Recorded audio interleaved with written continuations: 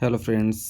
आज है 19 जनवरी और 19 जनवरी को आपका B2 शिफ्ट का अग्निवीर एयरफोर्स का जो एग्ज़ाम चल रहा है इसमें B2 शिफ्ट का एग्ज़ाम जो है कंप्लीट हो चुका है। तो इसमें हम लोग आज के वीडियो में देखने वाले हैं कौन कौन से क्वेश्चंस आपके पूछे गए थे। जीके जीएस के क्वेश्चंस हम लोग देखने वाले इस वीडियो में। तो वीडियो में अंत तक बने रहें और चैनल पर नए हैं तो चैनल को सब्सक्राइब जरूर करें। ठीक है, शुरू करते हैं आज का वीडियो। पहला क्वेश्चन जो पूछा गया था, मतदान करने के लिए न्यूनतम आयु कितनी होनी चाहिए। ठीक है, तो इसका आपका करेक्ट आंसर क्या हो जाएगा, भारत में नागरिकों के लिए मतदान की जो न्यूनतम आयु है ये 18 वर्ष है। ठीक है, इससे पहले जो मतदाता पंजीकरण के लिए न्यूनतम आयु कितनी थी, 21 वर्ष थी, लेकिन अब जो है ये 18 वर्ष हो गया। और कौन सा संविधान संशोधन था, संविधान के 61वें संशोधन अधिनियम 1988 में क्या किया गया कि 1989 के 21वें अधिनियम का जो है अध्ययन करते हुए लोक प्रतिनिधित्व के लिए जो मतदाता का एज होना चाहिए ये कितना किया गया, 18 वर्ष। न्यूनतम आयु कितनी, 18 वर्ष जो है मतदाता पंजीकरण के लिए किया गया। ठीक है, इसे 28/3/1989 से लागू कर दिया गया। यह अधिकार भारतीय संविधान के अनुच्छेद 326 में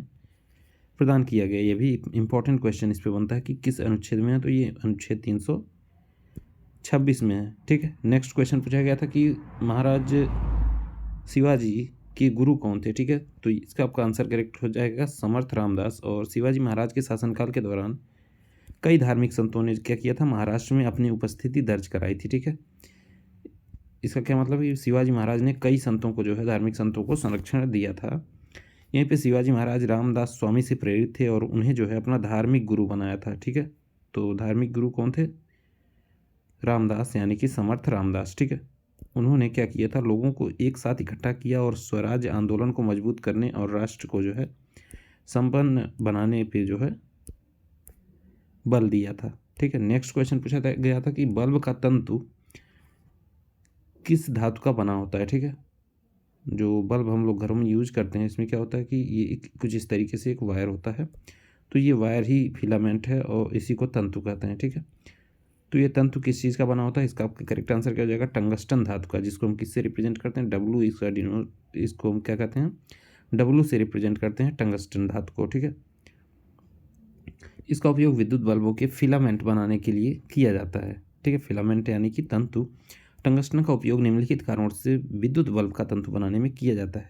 अब यहाँ पे देख लेते हैं किन वजहों से हमको यूज करते हैं, क्या करते हैं, टंगस्टन का यूज करते हैं। ठीक है, तो यह एक बहुत ही उच्च गलनांक यानी हाई मेल्टिंग पॉइंट, बहुत ज़्यादा टेम्परेचर पे ये मेल्ट होता है। ठीक है, एक मिश्र धातु यानी कि एलॉय है। ठीक है, इसमें बहुत अधिक प्रतिरोध यानी कि रेजिस्टेंस होता है। ठीक है, इसलिए यह कमरे के तापमान पर आसानी से नहीं जलता।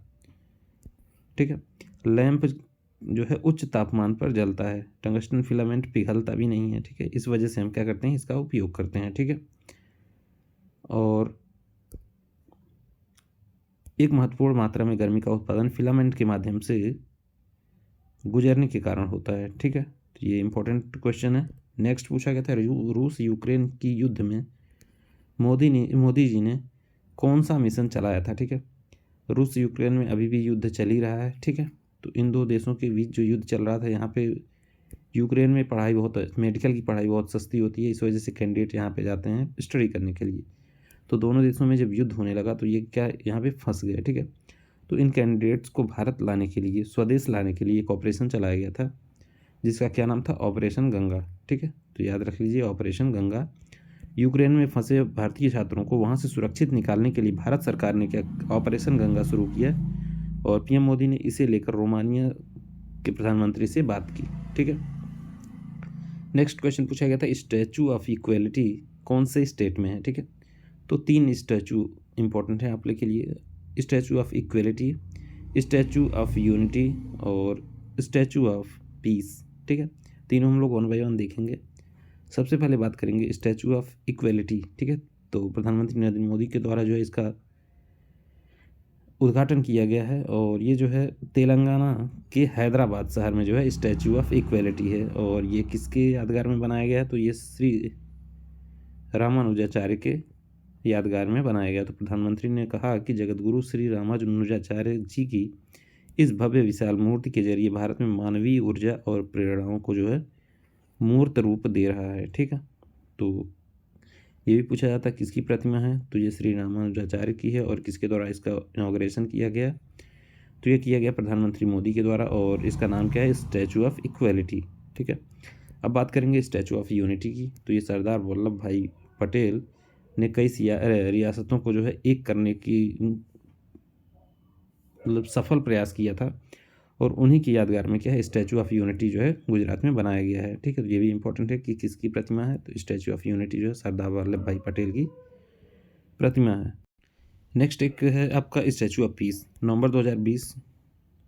नवंबर 2020 में प्रधानमंत्री नरेंद्र मोदी ने जैन साधु आचार्य श्री विजय वल्लभ सुरीश्वर जी महाराज की 191वीं जयंती के अवसर पर क्या किया था, राजस्थान में स्टैचू ऑफ पीस का जो है वस्तुतः अनावरण किया है। ठीक है, तो स्टैचू ऑफ पीस कहाँ है, राजस्थान में है। स्टैचू ऑफ यूनिटी गुजरात में है, और स्टैचू ऑफ इक्वलिटी कहाँ है, तेलंगाना में है। ठीक है, तीनों इंपॉर्टेंट है, याद रखेंगे, आपको अक्सर एग्जाम में पूछा जाता है। एक महिला हर दिन, ये रीजनिंग मैथ में क्वेश्चन पूछा गया था कि एक महिला हर दिन के टाइम से 20 मिनट पहले अपने घर से निकलती है, उसे जो है घर से बस स्टॉप पहुंचने में 10 मिनट लगता है। अगर वह 11:40 पे बस स्टॉप पहुंच जाती है तो वो साधारण दिन में घर से कितने बजे निकलती है। ठीक है, तो इसका आंसर आप लोग कमेंट बॉक्स में कमेंट करेंगे, देखते हैं कितने लोग सीरियसली स्टडी कर रहे हैं। ठीक है, यहाँ पे देखिए लिबर्टी का एंटोनिम पूछा गया। एंटोनिम मतलब विलोम शब्द, और सिनोनिम मतलब होता है समानार्थी शब्द। ठीक है, तो आप लोग ये ध्यान रखेंगे।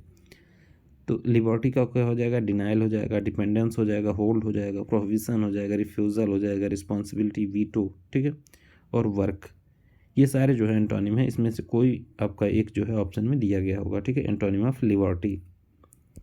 नेक्स्ट क्वेश्चन, एवरेज का एक क्वेश्चन पूछा गया था। ठीक है, और एक इक्वेशन ये आपका दे दिया गया था, मैथमेटिकल इक्वेशन, इसको सिंप्लीफाई करना था। 48 मल्टीप्लाई बाई 56